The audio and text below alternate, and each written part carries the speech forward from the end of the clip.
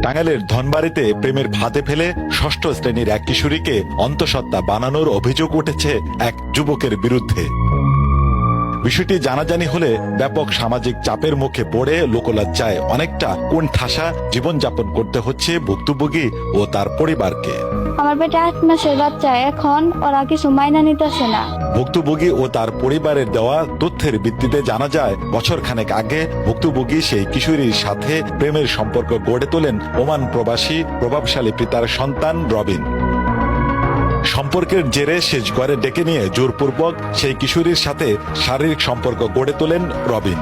সেসব ভিডিও গোপনে ধারণ করে রেখে রবিন সেগুলো ছড়িয়ে দেওয়ার হুমকিও দিতেন বলেও অভিযোগ ভুক্তভোগী ও পরিবার পরিজনের। ওর ওই ছেলে মেশিনের অনেক ওই দিক দিয়ে জাল লাগে। পরে অনেক গেছে, অনেক যাওয়ার পরে ওইতে অনেক দাঁড়া করেছে, দাঁড়াও। পরে আমি দাঁড়াইছি, পরে কয়েছে ঘরে হও। পরে আমি যেমন ও আমার হাত ধরে টান দিয়ে নিয়ে ধরে চাটকাই দিচ্ছে। ওর ফোনে ওর আর আমার ছবিও ছিল, ভিডিও ছিল। ও আমারে বলছে যে এই ভিডিওটা আমার